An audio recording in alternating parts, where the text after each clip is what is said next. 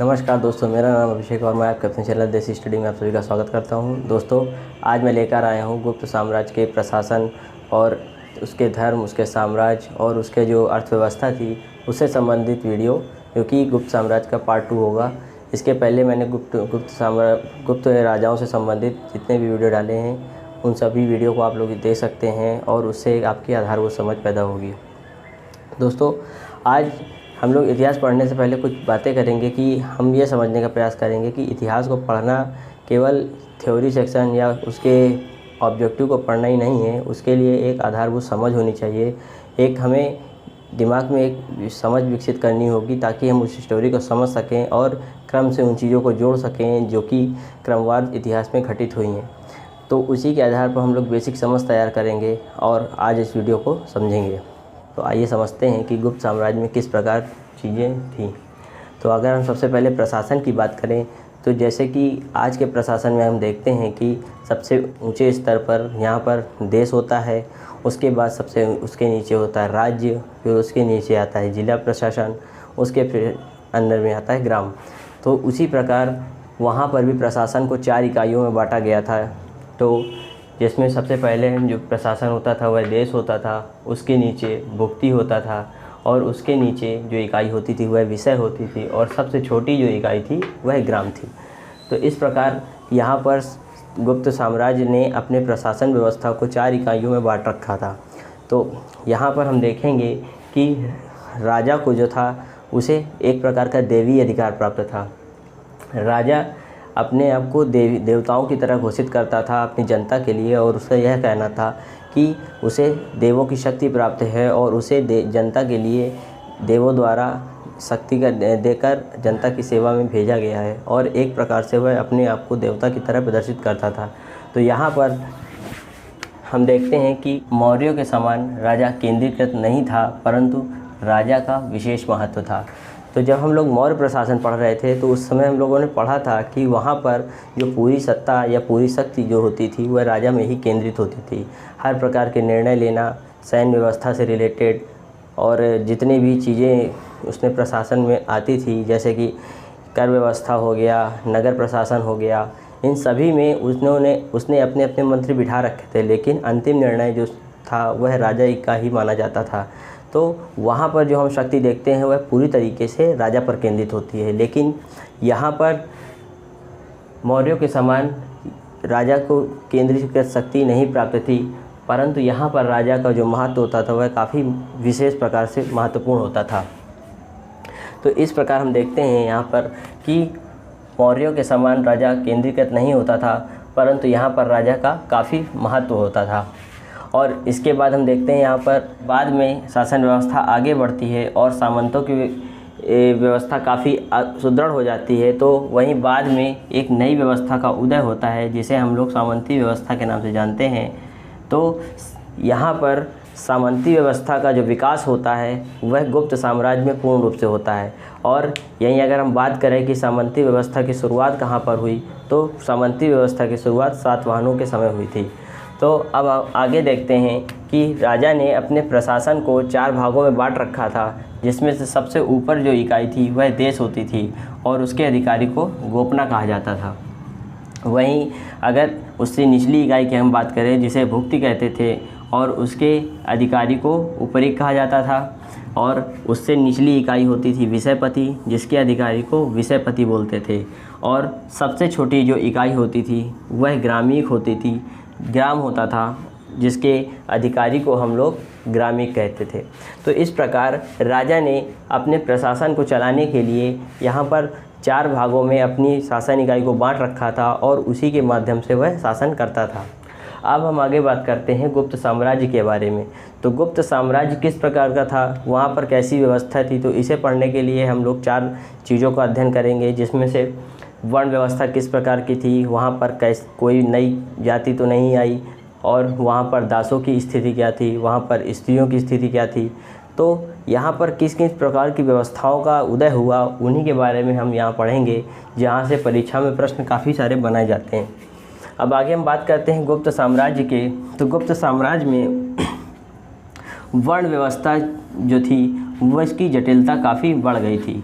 हम लोग इसके पहले वाले वीडियो में भी पढ़ते हैं कि जब इंडस वैली सिविलाइजेशन का उदय होता है तो उस समय हम लोग देखते हैं कि वहाँ पर वर्ण व्यवस्था जो थी वह काफ़ी अलग थी और वहाँ पर एक ही परिवार में कई वर्ण के लोग पाए जाते थे। लेकिन जब हम लोग उसके आगे वैदिक काल की ओर बढ़ते हैं तो वहाँ पर वर्ण व्यवस्था उनके कर्मों के आधार पर नहीं, उनकी जातियों के आधार पर आ जाती है और उसे वंशानुगत बना दिया जाता है, जो कि गुप्त काल तक चली जाती है। तो यहाँ पर वर्ण व्यवस्था जो थी उसमें काफ़ी जटिलता बढ़ गई और उनमें नई जातियों का भी उदय होने लगा जिन्हें उप जाति की संज्ञा दी गई। जैसे कि एक वर्ण का व्यक्ति अगर दूसरी जाति की स्त्री से विवाह करता था और उससे नई संतान उत्पन्न होती थी तो उसे नई जाति की संज्ञा दी जाती थी। तो यहाँ पर हम देखते हैं कि गुप्त साम्राज्य में उपजातियों का भी उदय होता है। अब आगे हम बात करते हैं यहाँ पर कायस्थ जाति का यहाँ पर सबसे पहले वर्णन मिलता है। तो परीक्षा में यहाँ से भी प्रश्न पूछता है कि कायस्थ जाति का सबसे पहला वर्णन कहाँ पे मिलता है, तो वह गुप्त साम्राज्य में आकर मिलता है। और कायस्थ जाति जो थी इनका प्रमुख काम लेखन करना या पठन पाठन का कार्य करना सबसे प्रमुख कार्य कायस्थों का था। उसके अलावा हम यहाँ पर अगर बात करें तो दासों की स्थिति कैसी थी, तो दासों की स्थिति यहाँ पर आकर काफ़ी ख़राब हो चुकी थी और उनके ऊपर काफ़ी अत्याचार किए जाते थे, उन्हें काफ़ी निम्न दृष्टि से देखा जाता था। और यहाँ पर अछूतों की स्थिति भी थी, वह भी काफ़ी निम्न थी। तो अछूतों की स्थिति के बारे में अगर हम बात करें तो इनकी स्थिति भी पहले से काफ़ी ख़राब हो चुकी थी। जब हम लोग इंडस वैली के समय पढ़ते हैं तो वहाँ पर इनकी स्थिति इतनी ख़राब नहीं थी, इनको भी कुछ अधिकार उस समय प्राप्त थे। लेकिन यहाँ पर इनकी स्थिति काफ़ी ख़राब हो जाती थी और फायान ने भी अपने साहित्यों में लिखा है कि जब अछूतों का गांव में प्रवेश होता था तो सभी लोग वहाँ से चले जाते थे और इनके जाने के बाद वहाँ पर सड़कों की धुलाई होती थी और इन्हें काफ़ी निम्न दृष्टि से देखा जाता था, इन्हें समाज से दूर रखा जाता था। और उसके अलावा अगर हम यहाँ पर स्त्री की बात करें तो स्त्री की जो स्थिति थी वह भी काफ़ी यहाँ पर ख़राब हो चुकी थी। और इसका सबसे अच्छा उदाहरण 510 AD में जो हमें भानुगुप्त का एरण अभिलेख मिला है, जहाँ से हमें सती प्रथा का सबसे पहला उल्लेख मिलता है। उसी से हम समझ सकते हैं कि यहाँ पर पुरुष समाज महिला समाज पर काफ़ी हावी था और महिलाओं को सती प्रथा के लिए प्रेरित किया जाता था। और इसके अलावा यहाँ पर स्त्रियों के जो अधिकार थे वह भी काफ़ी छीन लिए गए थे, जो कि वैदिक सभ्यता के समय उसे प्राप्त थे। वहाँ पर मात्र सत्तात्मक समाज होता था और उन्हें समितियों में भाग लेने का अधिकार था। वह किसी भी समाज में शामिल हो सकती थी और उन्हें वाद विवाद करने का भी अधिकार प्राप्त था। तो यहाँ पर हम देखते हैं कि इस साम्राज्य में स्त्रियों की स्थिति, दासों की स्थिति और अछूतों की स्थिति काफ़ी ख़राब हो जाती है। अब आगे हम बात करते हैं गुप्त अर्थव्यवस्था की। तो गुप्त अर्थव्यवस्था किस प्रकार चली, यहाँ पर क्या क्या चीज़ें हुई जिससे गुप्त अर्थव्यवस्था का विकास हुआ, तो आइए उसे समझते हैं। तो यहाँ पर जो प्रमुख विकास हुआ वह कृषि के माध्यम से गुप्त अर्थव्यवस्था का विकास होता था और इस अर्थव्यवस्था का प्रमुख आधार जो था वह कृषि ही था। कृषि के माध्यम से इनकी अर्थव्यवस्था सुदृढ़ होती थी और उसी में से जो कर वसूला जाता था कृषि का वह 1/4 से लेकर 1/6 तक वसूला जाता था, जो कि राजस्व के रूप में ग्रामीणों से या देशों से जहाँ पर जो इकाइयाँ बनाई गई थी उनसे इस दर से कर वसूलने की व्यवस्था थी। अब आगे हम देखते हैं यहाँ पर व्यापार के लिए यहाँ पर श्रेणी व्यवस्था थी और उस श्रेणी के अध्यक्ष को ज्येष्ठक कहा जाता था। तो यहाँ पर व्यापार करने के लिए एक प्रकार का संघ बनाया जाता था जिसे श्रेणी व्यवस्था कहा जाता था और उसका काम होता था कि वह व्यापार व्यवस्था को संचालित करे और जो राजस्व होता था उसे राजा तक पहुँचाए और उस श्रेणी व्यवस्था के अध्यक्ष को ज्येष्ठक कहा जाता था। यहाँ पर अगर हम बात करें कि अर्थव्यवस्था के अंतर्गत जो ताम्रलिप्ति था वह उस गुप्त साम्राज्य का प्रमुख बंदरगाह होता था और उज्जैन प्रमुख व्यापारिक केंद्र कहलाता था। तो यहाँ पर भी प्रश्न पूछता है कि गुप्त साम्राज्य में सबसे प्रमुख बंदरगाह कौन था, तो वह ताम्रलिप्ति प्रमुख बंदरगाह था और उसके अलावा जो उज्जैन था वह प्रारंभिक या प्रमुख व्यापारिक केंद्र था। तो यहाँ पर हम लोग देखते हैं कि इन बंदरगाहों से और ये प्रमुख जो व्यापारिक केंद्र से, इनके माध्यम से जो कृषि में या उद्योगों में जो सामान उत्पन्न होता था उसे बेचकर कर व्यवस्था को काफ़ी मजबूत किया जाता था और इसी के माध्यम से राजा तक राजस्व पहुंचता था और जिसके माध्यम से वह अपना राज्य प्रशासन चलाता था और अपनी अर्थव्यवस्था को काफ़ी मजबूत करता था। वहीं अगर हम बात करें तो व्यापार में जो मुद्राओं यूज होती थी उसमें स्वर्ण सिक्का का भी प्रयोग करते थे और उसे दिनार की संज्ञा दी जाती थी, दिनार कहा जाता था। वहीं अगर चांदी के सिक्कों की बात करें तो चांदी के सिक्के को रुपया कहते थे और यहाँ पर भूमि दान का भी विस्तार होता है। तो इन 3 पॉइंटों के बारे में अगर हम बात करें तो व्यापार में यहाँ पर जो मुद्रा यूज होती थी वह चांदी, सोना और अन्य प्रकार की धातुओं के सिक्के भी प्रयोग किए जाते थे। और इसके अलावा चांदी के सिक्के की अगर बात करें तो चांदी के सिक्कों को चंद्रगुप्त द्वितीय ने चलाया था और उसके बाद यह व्यापारिक तौर पर यूज किया जाने लगा। और भूमिदान का अगर बात करें तो भूमिदान जो कि सातवाहनों के समय प्रारंभ हुई और इस साम्राज्य में यह व्यवस्था काफ़ी विस्तृत रूप से हो गई और यहाँ पर इस व्यवस्था का विस्तार होता है। तो यहाँ पर हम लोग ने गुप्त अर्थव्यवस्था के अंतर्गत व्यापारिक और उनकी मुद्राओं को समझा, यहाँ पर किस प्रकार से उनकी अर्थव्यवस्था मजबूत होती थी उसे समझा। अब आगे हम बात करते हैं गुप्त धर्म के बारे में कि गुप्त धर्म किस प्रकार का था। तो अगर गुप्तों की हम बात करें तो गुप्त शासक जो थे वह वैष्णव धर्म के उपासक थे। हम लोग यहाँ पर देखते हैं कि जब मौर्य प्रशासन चल रहा था तो उस समय चंद्रगुप्त और अशोक द्वारा बौद्ध धर्म को काफ़ी संरक्षण दिया गया और उस समय बौद्ध धर्म और जैन धर्म का काफ़ी विकास हुआ और जो हमारा वैष्णव धर्म था उस समय उसे संरक्षण नहीं मिल पाने के कारण यह धर्म काफ़ी पीछे छूट गया था।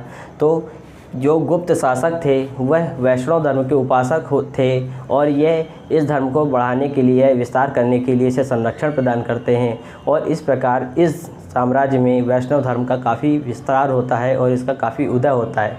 हालांकि जैन धर्म का यहाँ पर सीमित विकास होता है और बौद्ध धर्म का भी यहाँ पर काफ़ी अच्छा विस्तार होता है कि यहाँ पर हमें जब उनके साक्ष्य प्राप्त होते हैं तो यहाँ पर बौद्ध धर्म से जुड़ी हुई मूर्तियों के भी साक्ष्य पाए गए हैं। तो इससे पता लगता है कि यहाँ पर बौद्ध धर्म के भी संरक्षण दिया गया था और उसका भी विकास हुआ और धर्म को लेकर राजा में किसी भी प्रकार की असहिष्णुता नहीं पाई जाती थी और राजा जो यहाँ पर होता था वह सभी धर्मों के प्रति सहिष्णु था।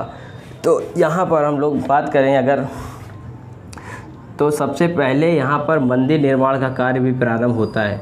तो इसके पहले वाले साम्राज्यों में अगर हम बात करें तो वहाँ पर मूर्तिकला का विकास था, लेकिन मंदिर निर्माण कला का जो प्रारंभ होता है वह गुप्त साम्राज्य से प्रारंभ होता है।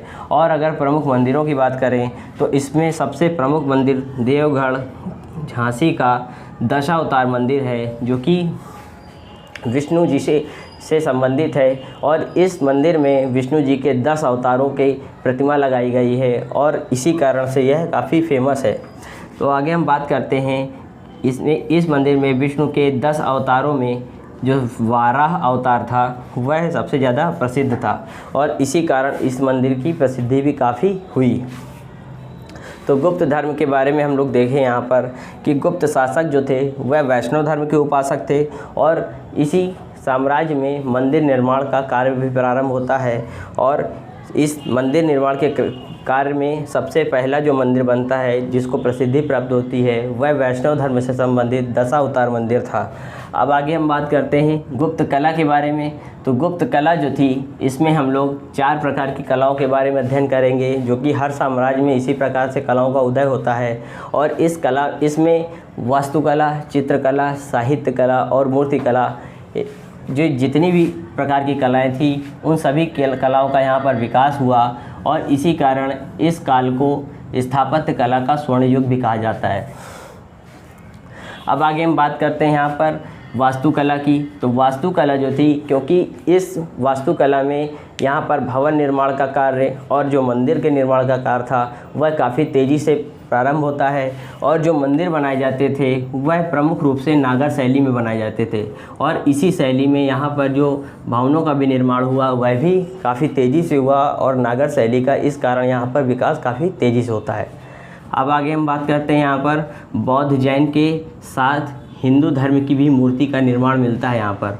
तो जिस प्रकार हम लोगों ने अभी बात की कि इस काल में किसी भी धर्म को असहिष्णु रूप से नहीं देखा जाता था। यहाँ राजा हर धर्म के साथ सहिष्णुता बरतता था और यहाँ पर बौद्ध जैन के साथ हिंदू धर्म की मूर्ति का भी निर्माण होता है और यहाँ पर एक मूर्ति प्राप्त होती है जिसमें बुद्ध की भूमि स्पर्श मुद्रा की मूर्ति का निर्माण होता है।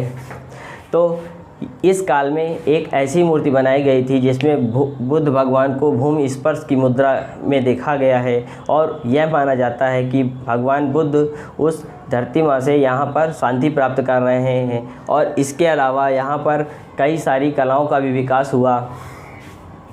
तो इसमें बुद्ध की भूमि स्पर्श मुद्रा की मूर्ति भी है और इसके अलावा हिंदू धर्म की भी कई सारी मूर्तियों का निर्माण भी होता है। अब आगे हम बात करते हैं यहाँ पर अजंता एवं बाघ की गुफाओं में चित्रकारी का जो विकास होता है वह भी इसी काल में होता है। तो यहाँ पर जो अजंता थी, परीक्षा में यहाँ से कई बार प्रश्न पूछा जा चुका है और इसका स्थान जो है वह औरंगाबाद महाराष्ट्र में है। अजंता की अगर बात करें तो अजंता बौद्ध धर्म के महायान शाखा से संबंधित थी और कुल मिलाकर यहाँ पर 29 गुफाएं मिली हैं, जिनमें से गुफा नंबर 16 में एक मृत स्त्री की मुद्रा का चित्रकारी मिलती है और उसके अलावा गुफा नंबर 17 में बौद्ध भगवान की जो विशेष प्रकार की मुद्राएं थी जिसमें उनको ज्ञान प्राप्त की निर्वाण की मुद्रा और भूमि स्पर्श की मुद्रा की चित्रकारी का भी वर्णन मिलता है। और उसके अलावा अगर हम बाघ की बात करें तो जो बाघ गुफा थी उसका संबंध मध्य प्रदेश से है और यहाँ पर लोक जीवन के चित्रों का वर्णन मिलता है। तो इस प्रकार इन गुफाओं से भी संबंधित प्रश्न पूछे जाते हैं। अब आगे हम देखते हैं कि इस काल की राजकीय भाषा क्या थी। तो इस काल की जो राजकीय भाषा थी वह प्रमुख रूप से संस्कृत थी और इस काल में संस्कृत भाषा को काफ़ी संरक्षण मिला और इसी कारण इस काल में संस्कृत भाषा में कई सारे साहित्य लिखे गए, जिनमें से हम यहाँ पर अभिज्ञान शाकुंतलम, मालविकाग्निमित्रम, विक्रमोर्वशीय, रघुवंशम, कुमार संभव, मेघदूत और ऋतु संहार जो कि प्रमुख रूप से कालिदास द्वारा लिखी गई है। तो कालिदास द्वारा रचित इन सभी रचनाओं से भी प्रश्न पूछे जाते हैं और ये संस्कृत भाषा में लिखित हैं। अब आगे हम बात करते हैं पंचतंत्र की।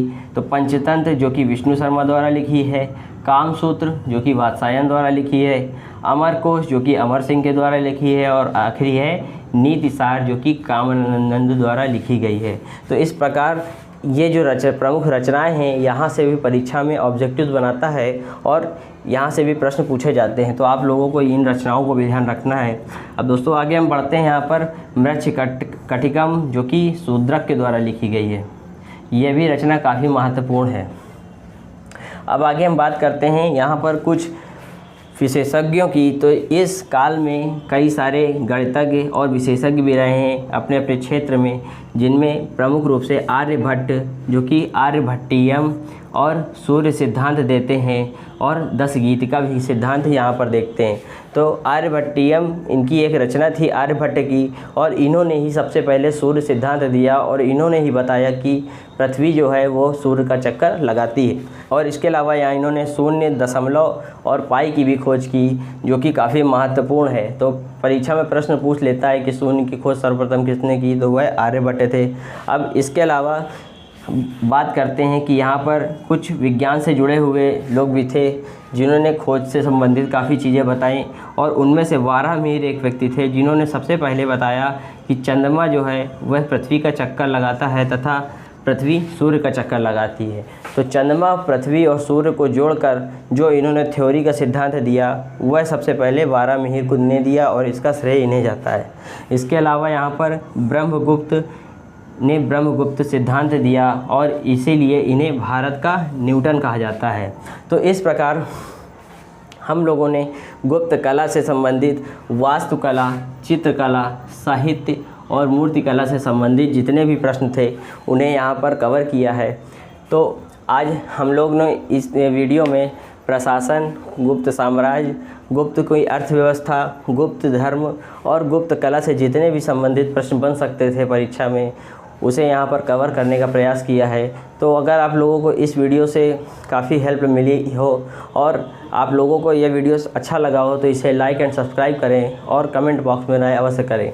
और इस वीडियो को देखने के बाद आशा है कि आप लोगों को गुप्त साम्राज्य से किसी भी प्रकार की कोई समस्या नहीं होगी। तो वीडियो देखने के बाद सबसे पहले आप लोग इसके ऑब्जेक्टिव प्रश्न ज़रूर बनाएं और थ्योरी सेक्शन को ज़रूर पढ़ें। थ्योरी सेक्शन को पढ़ने से आपकी एक समझ पैदा हो जाती है और आप लोगों के दिमाग में खुद की एक स्टोरी बनने लगती है, तो इतिहास जल्दी समझ में आता है। तो मेरी शुभकामनाएं आपके साथ हैं और आपका जीवन भविष्य उज्जवल हो। तो अपनी तैयारी जारी रखें और देसी स्टडी से जुड़े रहें। धन्यवाद।